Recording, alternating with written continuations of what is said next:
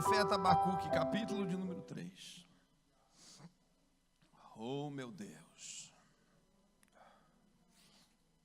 Tem pentecostal aqui nessa noite, irmão? Aleluia, Jesus.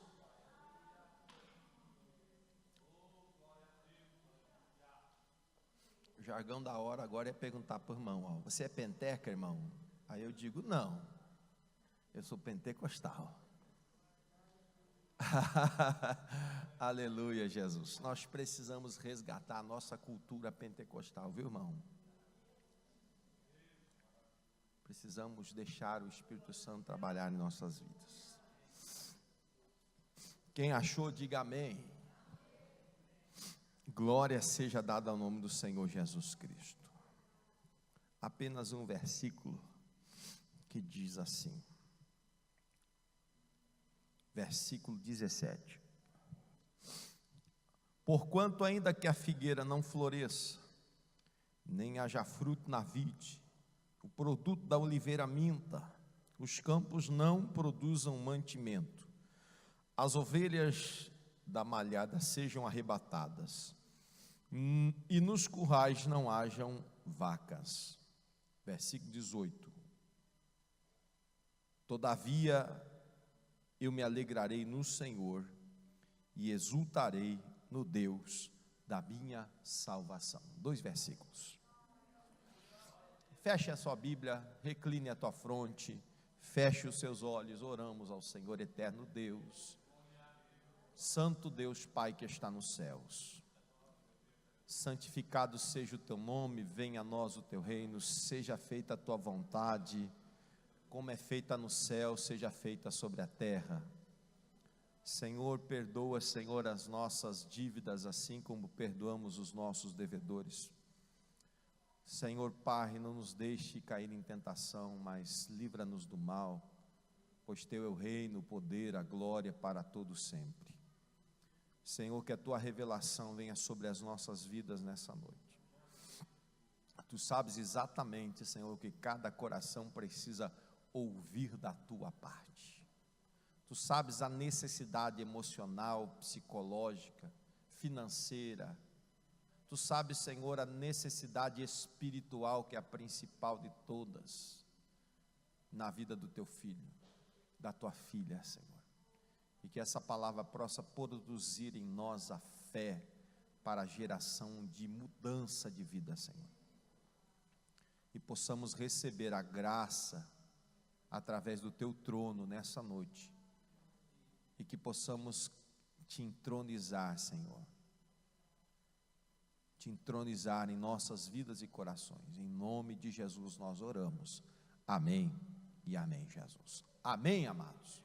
Podeis assentar em nome do Senhor Jesus.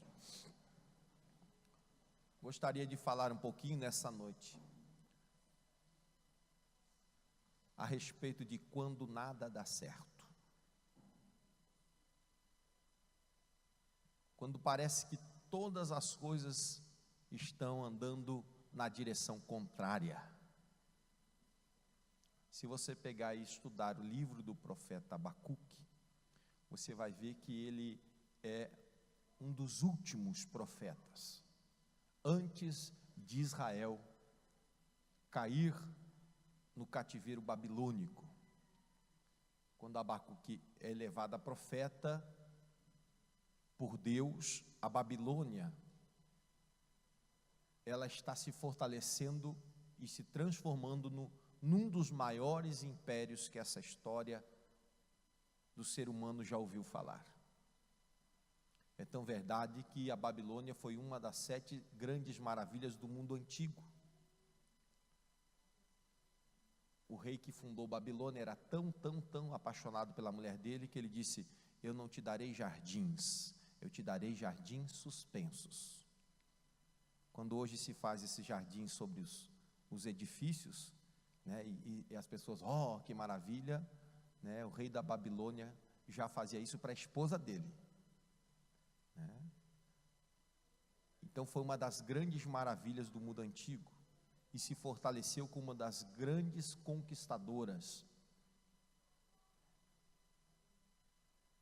Na história de Israel, Israel andava na contramão. Israel profanava o seu santo culto. Israel abandonava a legítima fé. Israel introduzia balaíns, que eram deuses da cultura pagã caldeia, dentro do santo templo do Senhor. Quando você lê a Bíblia do Antigo Testamento, a Bíblia do Antigo Testamento, ela não é uma Bíblia escrita para descrentes, ela é uma Bíblia exclusiva de crentes, porque todo Israel era crente, não havia descrentes na nação de Israel. Israel era uma nação santa, uma nação separada, uma nação que foi eleita por Deus para ser sacerdote das outras nações. Então, quando você lê algo no Antigo Testamento, você está lendo algo para crentes, você não está lendo algo para pecadores, para desconhecedores de quem é a pessoa de Deus. Hoje, quando você, por exemplo, abre a sua Bíblia e vai ministrar alguém que não conhece a Deus, você está ministrando alguém que tem desconhecimento pleno da pessoa de Deus, ou de quem é Deus, ou da revelação de Deus através do seu Filho, ou da revelação da graça de Deus, da misericórdia, do grande amor de Deus pelo homem pecador. Ou seja, você está apresentando à pessoa aquilo que o apóstolo Paulo no aerópago de Atenas, quando ele vai lá e passa perto de uma estátua, de um ídolo, e que está escrito ao Deus desconhecido. Então Paulo aproveita aquela oportunidade e começa a ministrar dizendo: olha, eu vos venho falar desse Deus, esse Deus que vocês não conhecem, mas que eu conheço. Então Paulo começa a pregar para os atenienses de um Deus que eles não conheciam, mas quando você está no Velho Testamento, tudo que se fala, os israelitas sabem muito bem de quem está se falando, e sobre o que está se falando, e do que está se tratando. Quem entendeu, diga amém. Então não é uma palavra para alguém que é pecador, alguém que desconhece Deus, alguém que nunca teve relacionamento com Deus, alguém que nunca ouviu falar de Deus. Quando alguém nunca ouviu falar de Deus, a Bíblia diz que Deus não leva em conta o tempo da ignorância, o tempo do desconhecimento, o tempo da falta do saber dessa pessoa, que é a pessoa de Deus, das suas qualidades e de quem é Deus. Quem está entendendo, diga amém. Então, quando Abacuque começa a falar e orar ao Senhor e começa a queixar-se para Deus, preste bastante atenção no que vamos aprender junto hoje. Há uma grande diferença entre murmuração e queixar. Murmuração é quando você fala de, quando queixa é quando você fala para. Quem está entendendo? Nem um pouquinho, pastor. Vou explicar um pouquinho melhor para você me entender. Por exemplo, Jó foi e queixou-se a Deus com 35 perguntas diretas, e Deus respondeu com 70 perguntas, ou seja, deu mais nó na cabeça dele ainda. Porque quando Jó vai e pergunta para Deus: Deus, por que disso? Por que eu sofri? Por que não sei o quê? Por que eu estou angustiado? Por que eu passei por essa luta? Por que eu perdi filho? Por que eu estou sendo injustiçado pelos meus amigos? Eu não tenho pecado. E Deus pergunta para ele: ô Jó, onde é que estava você? A melhor delas é essa, irmãos, que eu gosto. Onde é que estava você quando eu fundava o mundo e eu estendia as estrelas para o tapete? Ou seja, Deus vai e diz para Jó: Jó, eu sou soberano, ou você aceita ou não aceita. Mas ele queixou-se. Nós podemos queixar-se para Deus. Quando você fala direto com Deus, você não murmura. Agora, quando você fala para o irmão: você sabe, Deus esqueceu de mim, irmão. Você sabe que eu oro, Deus não atende. Faço até jejum. Aí você está murmurando. E murmuração é pecado de feitiçaria. É semelhante você botar um despacho na esquina. Quem entendeu, diga amém. Aí a gente não entende porque muitos crentes passam por luta e aflição. Porque em vez de ele queixar-se para Deus e falar direto com Deus, quando você quiser orar ao Pai, entra no teu quarto que está em secreto, porque aquele que está em secreto te ouve em secreto, mas te abençoa publicamente. Ou seja, você vai lá, faz a queixa para Deus, que nem você, né, que vai o filho queixar-se para o pai: e aí, pai, dá jeito, amém? Quem está entendendo, diga amém. Então é uma grande diferença. Então Abacuque, ele vai e fala para Deus: Deus, por que o ímpio está prosperando? Por que o ímpio está se dando bem? Ele parece que está lendo o Salmo 77. Por que o ímpio está se dando bem naquilo que ele faz? Aí eu faço um adendo no Salmo 77, e o ímpio, ele está tão bem, que até quando ele está doente, ele está bem. Quem já leu o Salmo 77? Não, levante a mão. Quem não leu, leia. Você vai ver que Asaf fala exatamente isso. O camarada, até quando está doente, ele está bem. E eu estou sempre mal. E eu gastei a minha vida na tua casa, eu gastei a minha vida te adorando, eu gastei a minha vida na tua presença. E Abacuque, ele está vivendo um tempo da sua contemporaneidade, num dos piores tempos da história de Israel. Porque Israel é uma nação de, como é que eu falei? Crentes. Não é uma nação ignorante, não é uma nação que não conhece a Deus, não é uma nação que não ouviu falar das revelações de Deus, porque todo bom judeu até os 12 anos, ele tem de berço de casa toda a sua cultura, é introjetado dentro da cabeça dele toda a cultura dele, ele sabe todas essas historiazinhas que nós ouvimos na escola bíblica, ou que os nossos pais nos contam quando somos crianças, quando temos pais cristãos, a história de Abraão, de Isaac, de Jacó, de Davi, de Saul, todas essas histórias são colocadas dentro do coração dos judeus, eles são conhecedores, eles sabem da liturgia dos seus cultos, eles sabem que é importante os sacrifícios, e a importância de cada um dos seus sacrifícios, eles sabem quais são as 5 ofertas levíticas que eles têm que prestar durante o ano ao Senhor, eles sabem quais são as suas obrigações com os seus dízimos, eles sabem tudo, eles sabem a importância de introjetar os seus filhos dentro da lei mosaica, e realizar a sua filiação como filho da lei. Não estamos falando aqui de alguém que não conhece a revelação da pessoa de Deus. É que nem você chegar hoje, eu sou crente, eu vou chegar para um judeu e vou querer falar de Deus para ele vai olhar para a minha cara e dizer assim: vocês cristãos que conhecem a Deus apenas há 2000 anos, nós já conhecemos ele há 7 quase. Quem entendeu, diga amém. Só que o povo, no tempo da contemporaneidade de Abacuque, eles estão vivendo uma corrupção dos seus valores morais, uma corrupção dos seus valores religiosos, uma corrupção do culto a Deus, uma corrupção jurídica, porque se subornava os juízes para dar o juízo.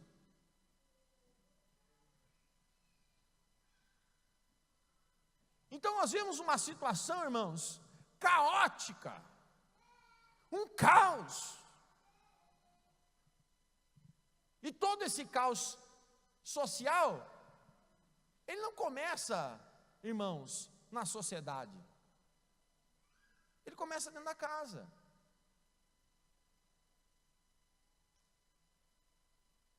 Ele começa com alguém aceitando a corrupção.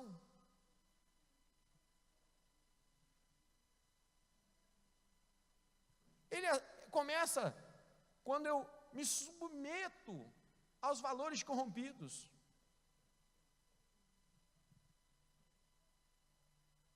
Ou quando eu já não estou acreditando mais que Deus pode fazer. Ou quando eu passo a viver uma religiosidade, não uma religião, por favor, irmãos. Quando alguém fala, eu detesto essas modas que tentam mudar os nossos valores. Quando alguém perguntar para você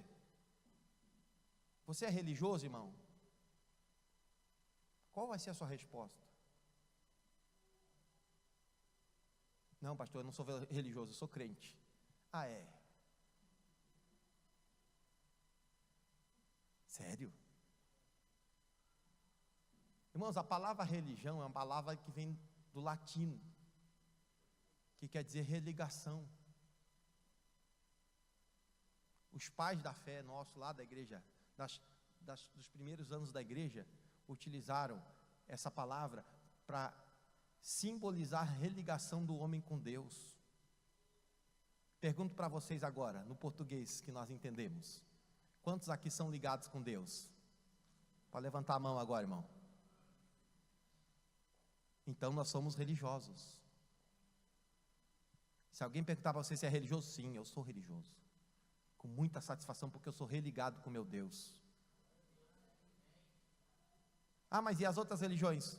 Bom, eles estão religados com o Deus deles, irmãos. Eu estou ligado com o meu. Quem entendeu, diga amém. Eu estou ligado com o meu. O deles não me importa.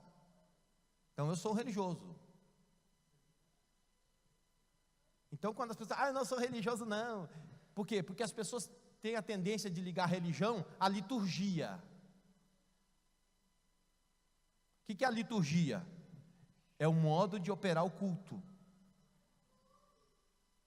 Você vai numa igreja A, B, C, D, cada igreja vai ter a sua liturgia. Tem uns que tem aqueles inários, tem outros que tem o semonário, tem outros que tem a cerimônia disso, daquilo. Eu fui numa cerimônia de uma igreja tradicional anglicana, fúnebre, eu achei muito lindo. Claro, é meio robotizado, mas é muito bonito. Não estamos aqui para celebrar a morte, mas estamos aqui para celebrar a vida. Que bonita frase, né, irmãos? Em pleno funeral. Aí todos falam lá, aí tem a parte, eu acho bacana, né? Tem a partezinha que é do povo e tem a partezinha que é do reverendo. Aí todos dizem, amém. Aquilo é liturgia. Quem está entendendo, diga amém. Então as pessoas às vezes confundem a religiosidade, ou a religião, com a liturgia. Se alguém perguntar para você se é litúrgico, não, eu não. Eu gosto de ter um culto particular com Deus. Eu tenho meu modus operandi de cultuar a Deus. Eu tenho a minha maneira de cultuar a Deus. Amém?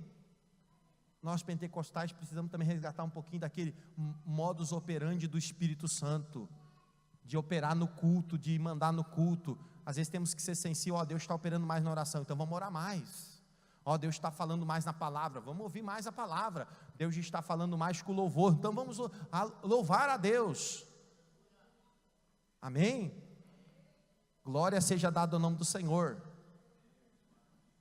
Uma vez eu fui num culto numa determinada igreja, que eu fui pregar umas 3 vezes, depois não me convidaram mais, cortaram. Mas porque foi política da convenção.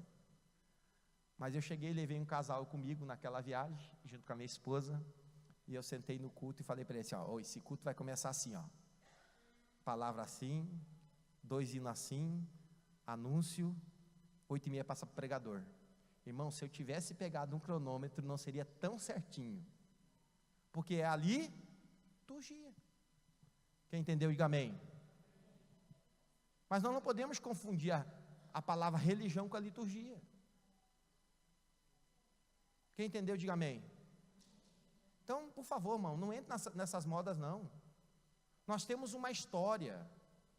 Os pentecostais têm uma história. Como os filhos de Israel tinham uma história. O que indignou o profeta Abacuque? O que chocou o profeta Abacuque? Ele pediu para o Senhor, Senhor, aviva a tua obra no meio dos anos, e no meio dos anos a edifica. Que o problema não está no início nem no fim. O problema está no meio. Começar uma jornada é fácil. Sim ou não? Você já viu quando tem um projeto novo na sua casa? Agora vai acontecer, agora nós vamos reformar isso, vamos reformar aquilo, agora nós vamos trocar a janela aqui, e você imagina tudo aquilo, só que você não imagina a bagunça que isso vai dar. E o pior é quando você mora dentro, irmão. Só o sangue de Jesus tem poder. Aí uma obra que era para durar uma semana, irmão, passa para um mês, 2 meses, 3 meses, vira ano. A mulher ora para você e não aguenta mais. Quando é que você vai terminar essa bagunça, homem? E aí o marido fala, para, não me incomoda. Olha aí, as irmãs já estão começando, fala a Deus. Porque o problema não está a iniciar, irmãos. O problema está no meio. Iniciar, a gente inicia com empolgação, irmãos. O grande problema é que nem fazer fogo a lenha, irmãos. Você pega lá, eu vi os irmãos fazendo foguinho a lenha. Antigamente pegava um sabugo de milho, hoje nem sabugo de milho tem mais, né, irmãos? Um olhava dentro do querosene, Não sei se era assim. Quem é que lembra disso, irmão? Alguém lembra? Amém? Nós estamos ficando velhos, viu, irmãos? Os novos nem sabem o que é isso, irmãos. Aí fazia aquela pilhazinha de graveto na volta, né? Eu me lembro disso lá na casa da irmã Diva, na casa da Jussara lá, né? Quando a Jussara ainda era solteira, né? Hoje está bem casado com o Vicente, amém? E fazia assim. Só que o problema é manter a chama acesa. Iniciar o fogo é fácil. Iniciar um bom projeto é muito simples. Basta uma boa ideia. O problema é conseguir manter esse negócio vivo durante os anos. É conseguir manter essa chama acesa. É que nem casamento, irmãos. Se apaixonar é fácil. Quando você é novo, bonito, tudo no lugarzinho. Você olha, brilha os olhinhos, né? Ela é a mulher que eu escolhi. Olha que coisa linda.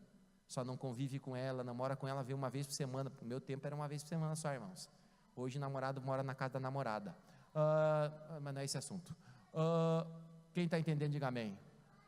Aí você diz, essa é a mulher da minha vida, mas não sabe como é que ela é no dia a dia, não sabe qual é os gostos da criatura, não sabe se a criatura é caprichosa ou não é, porque, irmãos, quando está namorando, todo mundo é caprichoso. Você já viu isso, irmão?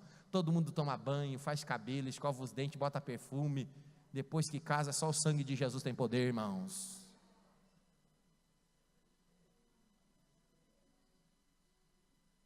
Tem irmãos dizendo não, glória a Deus, irmão, é que fez cursinho de casado para sempre.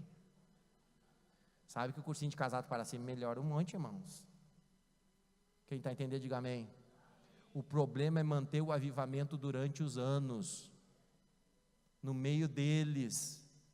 O problema não é chegar no fim. Deus, que é um especialista nessa hora, Ele diz assim, eu sei o que é isso. Eu sei o que é você iniciar, fazer uma jornada. Você sabia, irmãos, e eu não estou fugindo do tema da mensagem, esse é o tema mesmo. Você sabia que a jornada dos filhos de Israel até a terra prometida, no caminho das caravanas, levava 22 dias? Só, não levava nem um mês. As criaturas passaram 40 anos, irmão.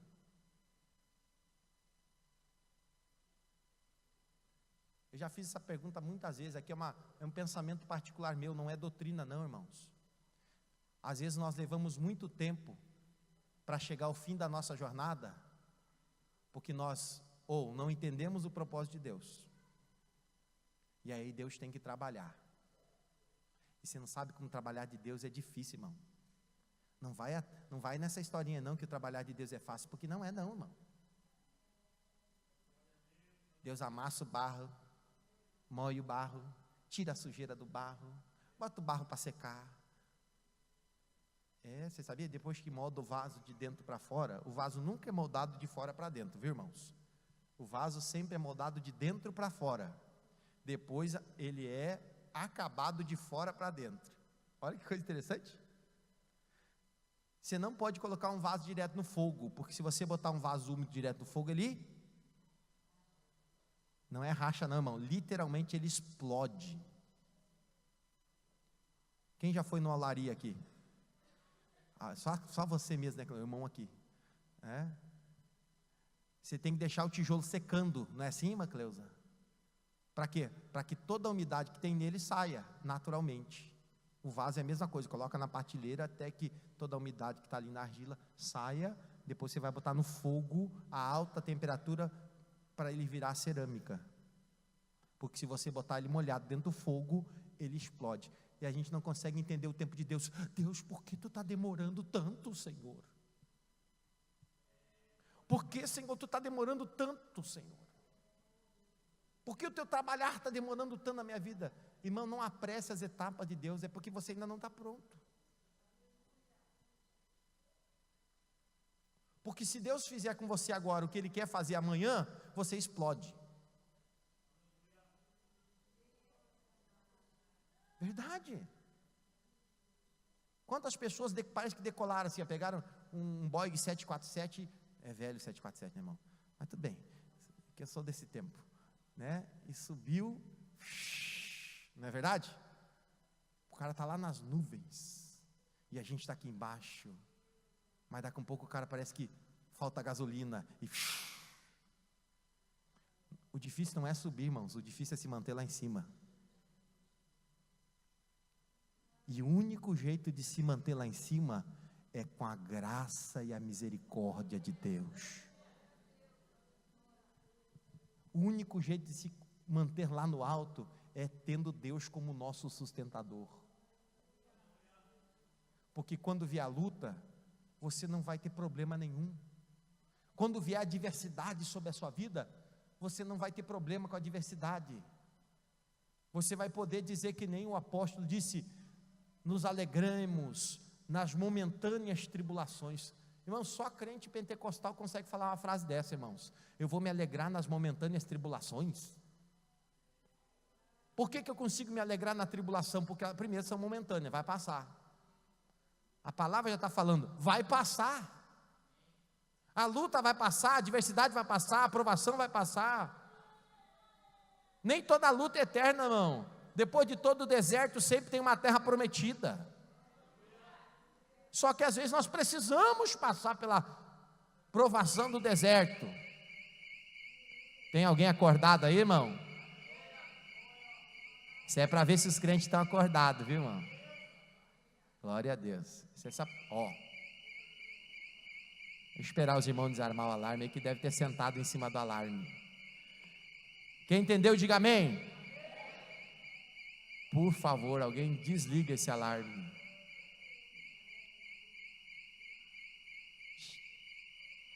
Coloque o dedinho no ouvido assim, ó, irmão. Oh, Senhor, tem misericórdia.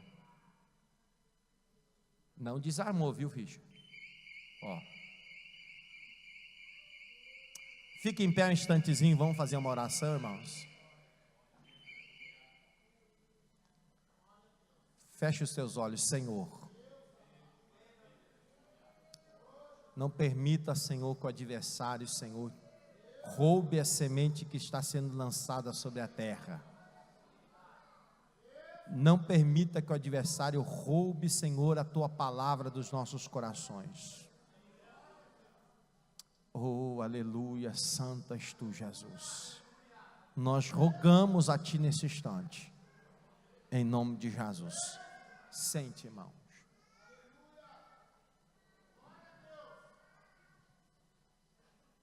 O que é importante?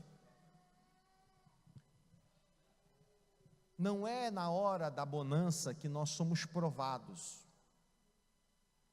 Não é na hora que tudo está fácil e tudo está bem, que realmente a nossa identidade, ela vem e aflora. É quando tudo está mal, quando tudo está difícil. E uma das grandes lutas da igreja do século 21 é que nós não sofremos para servir a Jesus. Você sabia disso? Eu vou fazer uma pergunta muito forte para você hoje aqui. Qual é a privação que você tem para seguir a Jesus? Do que você é privado por causa de Jesus? Vou fazer outra pergunta muito forte para você. O que você perdeu para seguir a Jesus?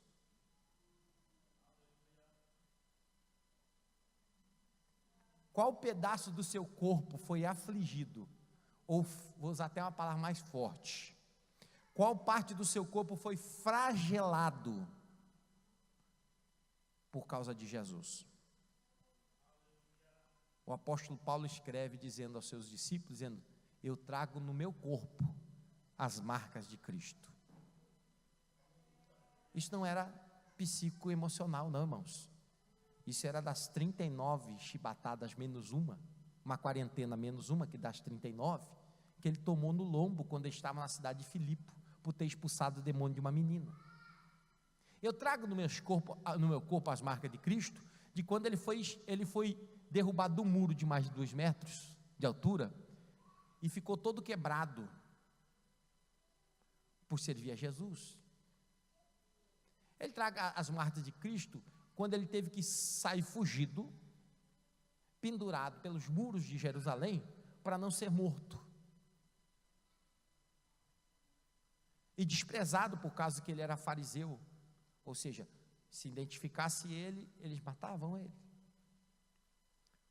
Então a pergunta é: qual é as privações ou as flagelações que o crente do presente século ele sofre para servir a Jesus? Irmãos, eu não posso responder por você, porque eu não posso saber o que você passa no seu cotidiano, mas eu vou me atrever. Se eu estiver errado, você me perdoe, porque eu também não sei todas as coisas, mas eu vou me atrever. Eu creio que o crente do século 21 não sofre nada em questões de flagelos. Essa luta emocional que você sofre, irmãos,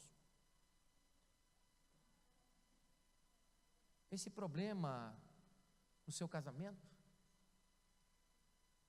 esse problema familiar,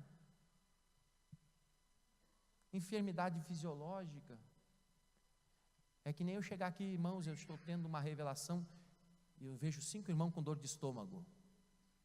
Qual é o cara nos nossos dias, com essa pressão emocional que a gente sofre, todos os dias que não tem dor de estômago, irmão? Não vai levantar 5 aqui, irmão, vai levantar 50. Quem é que não tem gastrite?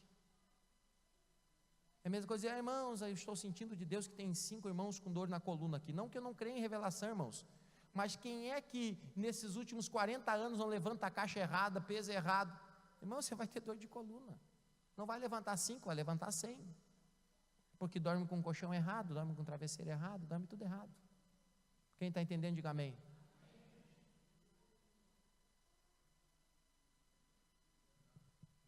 Agora, quem é que já tomou uma pedrada aqui porque pregou o evangelho na esquina? Nem vou me atrever a perguntar se alguém já pregou o evangelho na esquina aqui, viu, irmãos? Quem é que já foi surrado por causa do amor de Deus aqui? Você tomou uma surra mesmo, uma coça, por causa do amor de Deus. Quem é que já foi preso aqui? Passou a noite na cadeia porque disse que Jesus é o Senhor Salvador. Alguém aqui? Não, né, irmãos? Você pode dar graças a Deus por isso? Mas será que isso não prejudicou um pouco a nossa fé? E a nossa dependência do amor de Deus? E aí, quando nós sofremos algumas lutas, parece que o nosso mundo desaba.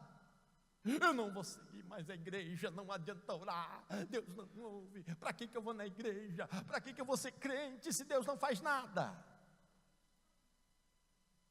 Ele entra num conflitozinho, e ele já quer abandonar a fé.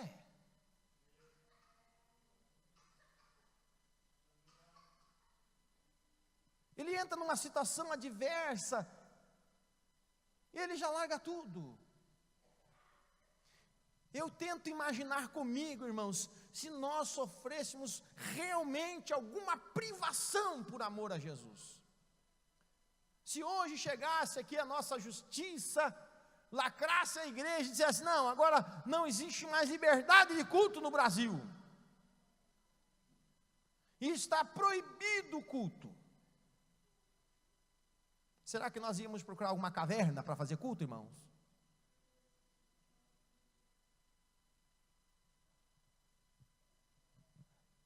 Se chegasse, fosse decretada uma lei federal dizendo: a partir de hoje, todos aqueles que se declaram cristãos, que seguem a Jesus, estão com seus direitos civis cassados, o seu patrimônio pessoal bloqueado, suas finanças bloqueadas, sem direito à negociação no mercado. O que seria de nós? quando nada der certo.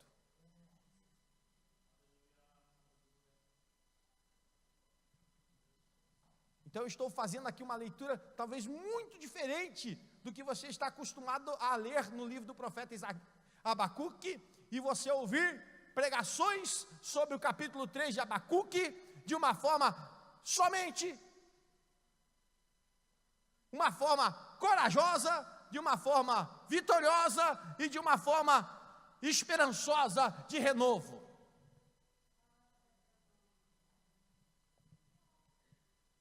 Não, eu estou fazendo com você hoje uma leitura real, daquela que coloca você na parede e diz: você é ou não é?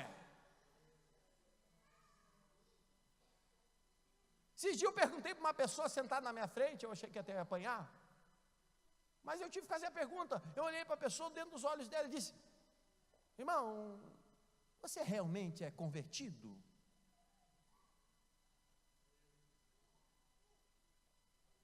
Aí você já espera aquele pataço, né, irmão? Você sabe que é que nem cavalo de coice, né? Coice de cavalo, pum, né? Toca no lombo dele e já, pum. Realmente você já teve um encontro com Deus? Realmente você vive na dependência de Deus? Ou você está acostumado à igreja? Você está acostumado a sentar-se nos bancos da igreja, agora poltronas da igreja? Você está acostumado à liturgia da igreja? Hoje é o dia de bater cartão, então eu vou para o domingo na igreja, e é dia de bater o cartão, e ter meus compromissos com Deus em dia. Ou realmente eu estou aqui porque eu creio que Deus é aquele que é o meu provisionador, é aquele que sem Ele eu não vivo, é aquele que não importa onde eu estiver, se a glória e a presença dEle não estiver comigo, nada mais tem valor.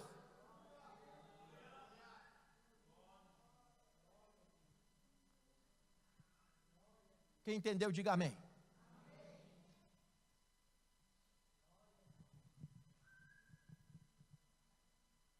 E é interessante que quando nós fazemos eu tenho certeza que eu e você já ouvimos milhares de pregações sobre Davi, desde o Davizinho ao Davizão, desde o Davi de 1 Samuel 16 até Davi de Atos capítulo 13. Irmão, tem Davi em Atos 13, tá? Quem não sabe, leia na Bíblia. Eu tenho certeza que você já ouviu inúmeras pregações sobre Davi, mas talvez nós ainda não conseguimos entender como é que Deus poupa Davi, um Davi assassino, e não é qualquer assassino, é um cara que premedita cada passo do assassinato de Urias.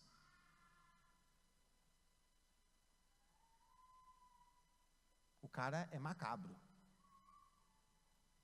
Irmão, o Davi de Atos 13, o homem segundo o coração de Deus. O Davi, como é que Deus poupa a Davi, um homem adúltero, que cobiça, sendo que ele vive no tempo da lei, e a lei diz: não cobiçarás a mulher do teu próximo. Eu acho que ele fez aquele adendo: não cobiçarás a mulher do teu próximo quando o teu próximo já é próximo. Como Urias estava na guerra, ele cobiçou. Brincadeira, viu, irmãos? A lei continua sendo a lei. Como é que Deus perdoa um camarada desse? Porque a Bíblia diz que quando um homem tira uma vida, é vida por vida. Lei de Italião, que todo mundo acha que é de Moisés, mas não é.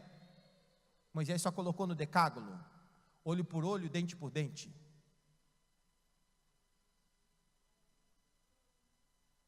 Vida por vida. O homem que for pego em adultério será trazido por meio do arraial, ele e a adúltera, e ambos serão apedrejados. Está no livro de Deuteronômio. Como é que Deus perdoa um cara desse? Porque ele não está nem no tempo da graça, porque se fosse no tempo da graça, a gente dizia, Jesus perdoa mesmo, pastor, Jesus é misericórdia, Jesus é a revelação de Deus no seu amor, Jesus é misericordioso mesmo, mas irmão, não era a época da graça, era o tempo da lei. Por que Deus perdoa a Davi? E Davi não é levado à morte? Porque primeiro, se você ler o Salmo 51, e o título do Salmo já é muito sugestivo, a oração do pecador arrependido. Quem já leu esse Salmo? A oração do pecador arrependido. Davi, ele inicia a sua oração de uma forma muito singela. Ele só não é morto porque encontra Deus. Isso aqui não é doutrina, tá bom, irmãos? Isso é um pensamento do pastor Samuel. Quando Natã fala para ele profeticamente, este homem é você. E o profeta tinha autoridade para arrastar o rei por meio da cidade, convocar o povo e apedrejar Davi a Betseba. Mas o mesmo profeta que usou Natã, o mesmo Deus que usa o profeta Natã em juízo contra Davi, é o mesmo Deus que usa o profeta com voz de perdão e misericórdia. Porque Deus viu a sinceridade do coração de Davi.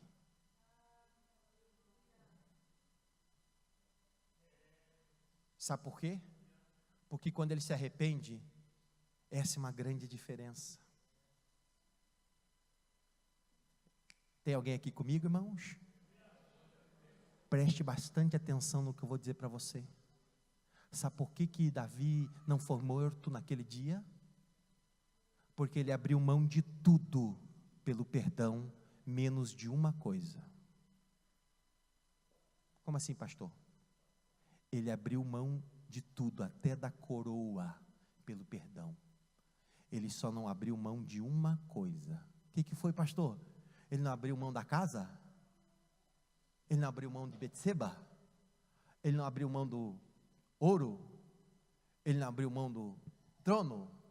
Ele não abriu mão da espada? Não. Ele disse, Senhor, só não retires de mim o teu Espírito.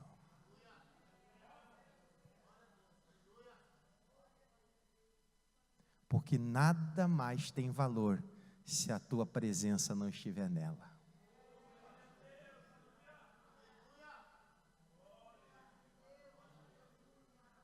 Tem gente que se arrepende, mas não abre mão de nada, irmãos. Tem gente que diz que se arrepende, mas ele não faz concessões nenhuma, nem muda, continua do mesmo jeitinho. Por que você acha que aquele jovem rico do capítulo 18 de Lucas, quando diz, eu faço essas coisas desde a minha meninice, aí Jesus olha para ele e diz o quê?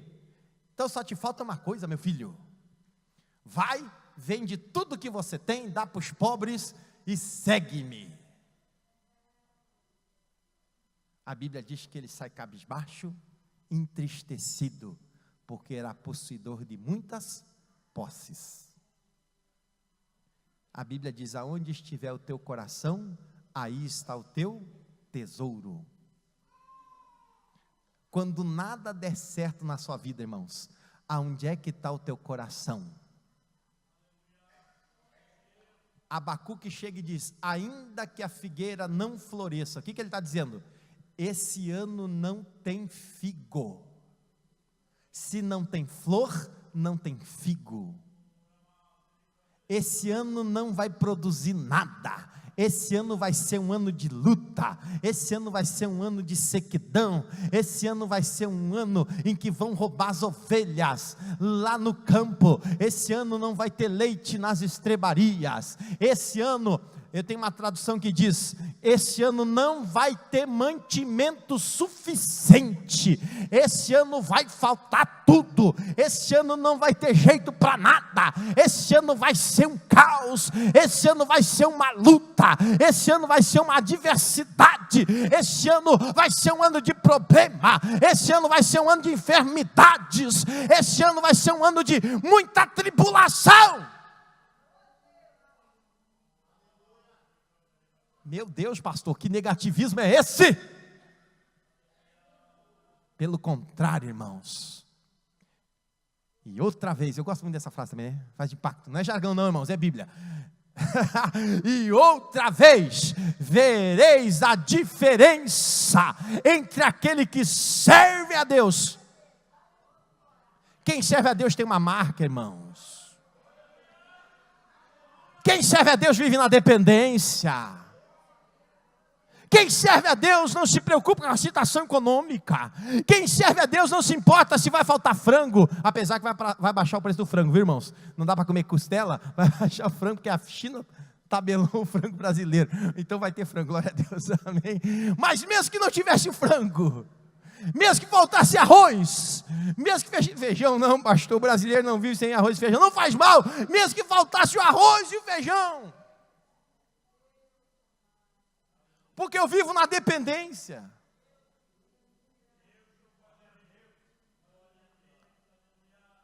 Quem está na dependência aqui, irmão? Não. Vamos ser sinceros, irmão.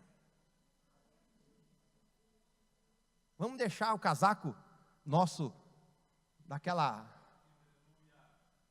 máscara do super crente. Não, vamos ser sinceros. Não é com os outros, não, irmão, é com nós. Olha para dentro de você e diga: e aí, cara, se faltar tudo, tu está na dependência?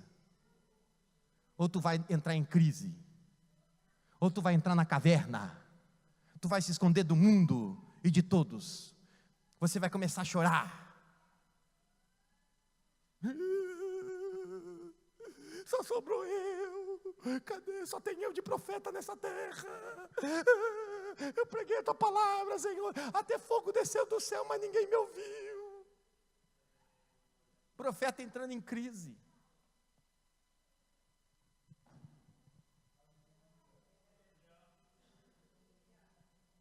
Outra vez vereis a diferença entre aquele que serve a Deus, ou seja, aquele que vive uma exclusiva dependência de Deus, e aquele que não vive em uma exclusiva dependência de Deus. Abacuque é um profeta que ele entende que Israel vai cair. Já caiu Israel, que Judá vai cair. Porque Abacuque cai no tempo que Israel já havia caído, já havia sido levado cativeiro, agora só está restando Judá, e o rei ainda é imprudente. Irmãos, escreva uma frase: quando o soberano é injusto, abre a porta da revolta. Quando o soberano é injusto, abre a porta da rebelião.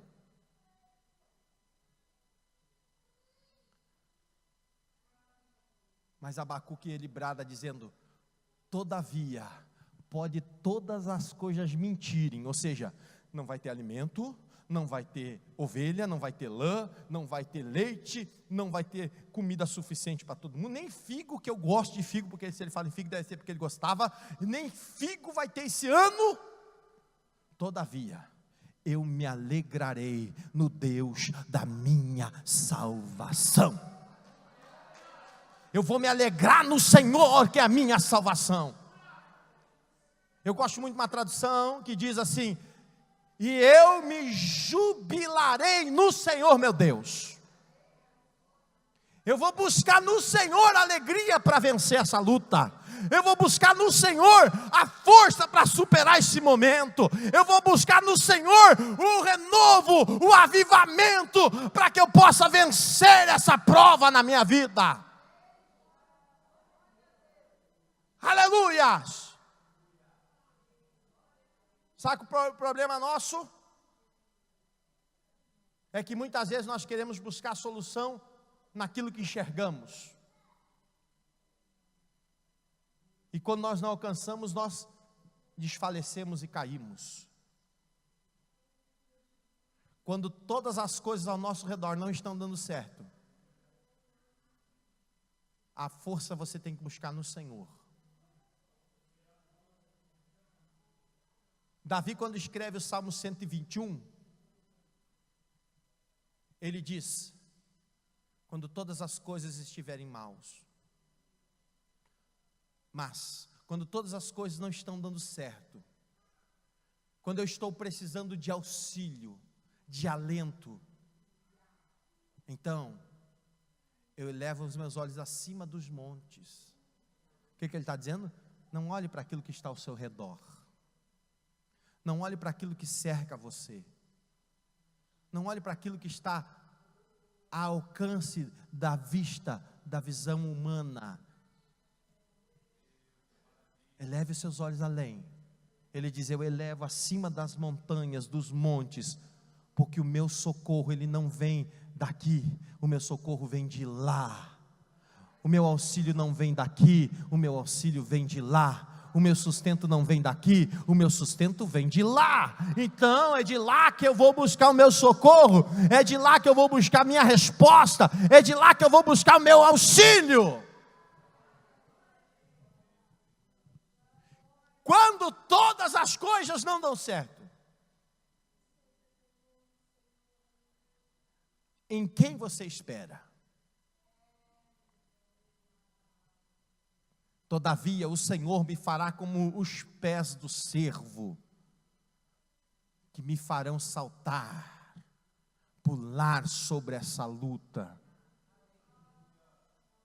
Eu já convido você a ficar em pé, estamos encerrando. Irmão, ouça que eu vou falar aqui para você. Estamos no século 21, sim. É o tempo em que nós vivemos a pior crise de identidade pessoais, tanto do mundo secular quanto da igreja. Nós estamos influenciados por uma escola filosófica chamada Escola de Teoria Crítica, que a onda agora é criticar. Você já viu que até na igreja entrou? O pastor está pregando, a pessoa está lá, olhando no Google, porque o Google sabe tudo. Será que esse pastor está pregando é certo mesmo? É, irmão, você acha que não é? Ah, mas aquele pastor lá, que eu vi na internet, no YouTube, pregando, ele prega diferente. Escola da teoria crítica, é criticar tudo e todos. Por causa disso, nós temos hoje uma grande deficiência de personalidade nas pessoas. As pessoas não sabem quem são. Você pergunta para os crentes hoje, e eu estou aproveitando, tem alguém que não é cristão aqui? Faça um sinal com a mão, não se envergonhe não, o pastor só quer conhecer você. Todo mundo é evangélico aqui? Eu fico com medo quando as pessoas fazem assim, ó. E aí eu vou fazer assim, né? Amém? Todo mundo é crente aqui? Glória a Deus. Amém? Jesus é bom, viu, irmãos? Amém? Então preste atenção comigo. Hoje, nem os crentes sabem quem são, irmão. Começa uma teoria daqui, teoria dali. Aí começa a ler Calvino, começa a ler Armínio, que são escritores lá da Idade Média, né, irmãos? Começa a ler não sei o quê. E outro prega desse jeito, prega daquele jeito. Outro já tem revelação, comeu demais à noite, dormiu, passou mal, teve uma revelação, aí ele já acha que aquela é a revelação dele do céu. Outro já teve visita de anjo, irmão, com bandeja na mão. Não que eu não creia nessas coisas, viu, irmão? Eu creio. Piamente, sério. Creio. Creio em operações poderosas da parte espiritual de Deus. Eu não creio em absurdos. Quem está entendendo, diga amém. Mas eu quero falar uma coisa muito forte para você, irmão. Muito forte. Quando você sabe quem é, você sabe quem é o Deus que você serve. Porque a Bíblia diz que Ele habita dentro de mim. Aleluias. Enquanto que os antigos, eles viviam só de saber quem Ele era, e eles tinham uma relação exterior com Deus, você tem uma relação pessoal com Deus. E quando você vive uma relação pessoal com Deus, você vai viver coisas impossíveis. Quem crê nessa palavra? Não, mas eu estou pregando para quem crê, irmãos. Como assim, pastor? Porque quando Deus mandar você tirar o pé para fora do barco e andar sobre as águas, você vai ter coragem de botar o pé para fora do barco e botar o pezão sobre as águas. Pedro, por mais bruto que ele fosse, e não convertido porque não era, ele cria. E Pedro viveu experiências que nenhum outro ser humano que eu conheço viveu. Uma delas, andar sobre as águas. Enquanto ele manteve o foco em Jesus, ele continuava andando sobre as águas. Mas quando ele começou a ouvir a voz do vento, esse é o problema nosso, irmão. A gente começa a ouvir outras vozes. A gente começa a ouvir outras coisas. E a gente tira o foco de Jesus. E aí a gente começa a afundar. Mas aquele que vive na dependência, olhando para Jesus, não vai afundar.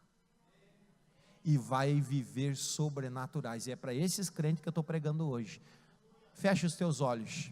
E eu quero convidar você que quer viver um sobrenatural de Deus na sua vida. Ministério de Louvor, por favor, pode vir para cá para cantar uma canção daquelas abençoada para mover o nosso coração. Pode ser até o espírito que vocês cantaram aqui. Eu navegarei, que ficou linda demais.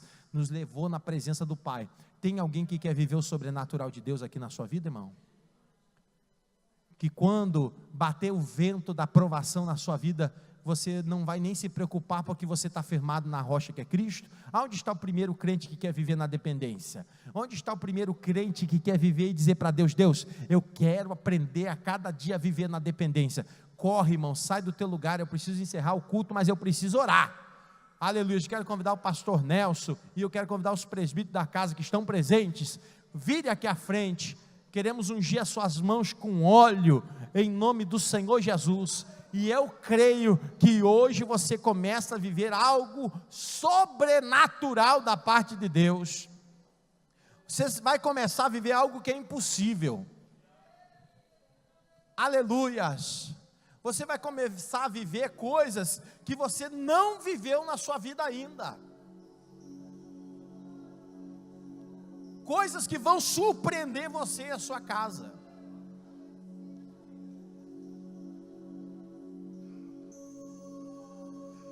Oh Pai de amor e graça, Deba sorianda labassévias, Xanaramande Cássias, Santo de Israel. Pastor Nelson, por favor, unja a mão dos nossos irmãos. Oh, aleluia. Santo Deus de Israel. Eu quero profetizar um sinal para essa semana na sua vida. E eu quero que você venha me testemunhar, porque Deus falou no meu coração. Essa semana alguém vai procurar você, e numa conversa com você, a seguinte pergunta vai acontecer. Isso é para quem crê, e eu prego só para quem crê. E a pessoa vai perguntar para você: como é que você consegue? Preste atenção. A pergunta é essa: como é que você consegue? Quando a pessoa fizer essa pergunta para você, você vai lembrar que o pastor Samuel falou. E é a deixa. Ó, pega a deixa. Para você falar de Jesus para essa pessoa. Vai ser a oportunidade de Deus fazer um milagre a partir dessa palavra.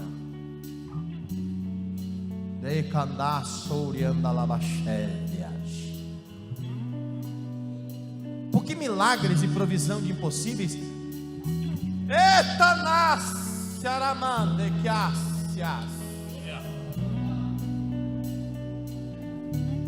Deus de poder. Provisões, milagres e coisas impossíveis só ocorrem, irmãos, para exaltar e glorificar o nome do Senhor. Não é para exaltar a mim e a você.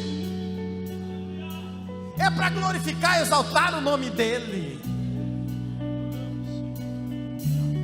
Então, se for para ser gerado impossíveis na sua vida, é para que o nome dEle seja glorificado.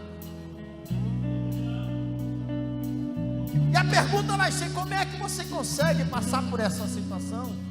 Como é que você consegue estar bem? Como é que você consegue estar bem no seu casamento? Como é que você consegue estar bem com seus filhos, com a sua casa? É Deus dizendo: abra a boca e fala. Como é que o impossível acontece na sua vida? E impossíveis começarão a ser gerados através de você. Você crê nisso, irmão? Você crê nisso? Põe a mão sobre o seu coração, você que está aqui à frente. Eterno Deus, Pai que está nos céus, enquanto os teus ministros, Senhor, vão estar agora com as mãos ungidas, ministrando a unção na vida deste povo, em o nome de Jesus, eu creio que começa agora. Pode ministrar, pastores e presbíteros, em o nome de Jesus. Algo especial da parte de Deus começa a ser gerado. Algo tremendo da parte do Senhor começa a ser provisionado, Senhor. Algo da parte de Deus começa a ser, Senhor meu Deus, criado. Porque a criação é algo do impossível para o possível, do espiritual para o material. E eu creio, Senhor, naquilo que prossegue da tua parte. Em o nome de Jesus, Espírito Santo, começa a renovar agora a fé. Começa a renovar agora a esperança. Começa a renovar agora a caridade. Deus, começa agora a renovar a vida do teu filho. Começa a renovar a vida da tua filha agora. Em o nome de Jesus. Em o nome de Jesus. Receba a bênção do Senhor. Receba o milagre da parte de Deus. Receba o impossível acontecendo na tua vida. Em o nome de Jesus. Em o nome de Jesus. Em o nome de Jesus. Em o nome de Jesus. Deus, lama soberrévias. Meu Jesus, eu estou crendo que algo começa a ser gerado agora, Senhor. Algo começa a acontecer agora, Senhor. Algo começa, Senhor, a se realizar a partir de agora. Aquilo que parecia impossível, aquilo que parecia impossível, aquilo que parecia impossível, Licanácia,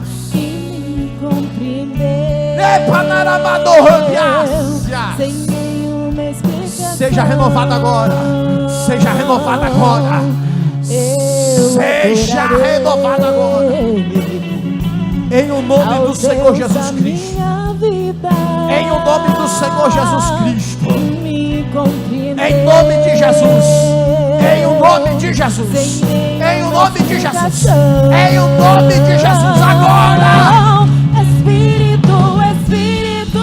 Espírito Santo de Deus, Espírito Santo de Deus, Espírito de Deus, toma ele agora, toma ela agora, renova ele agora, Espírito Santo, renova ela agora, Espírito Santo de Deus, agora,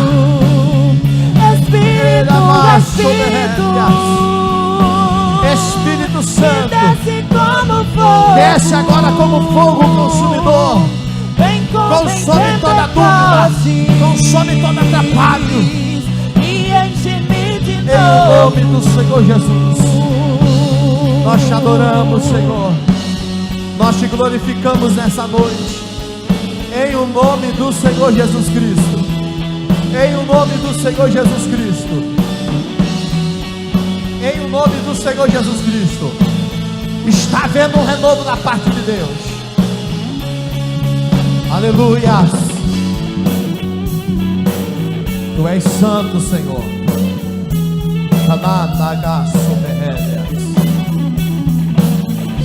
Deus de poder e graça. Aleluia, Jesus. Renova, renova, renova, renova, renova. Renova, Jesus. Renova, Jesus. Renova, renova, renova. Eu quero hoje aqui. Eu quero hoje aqui.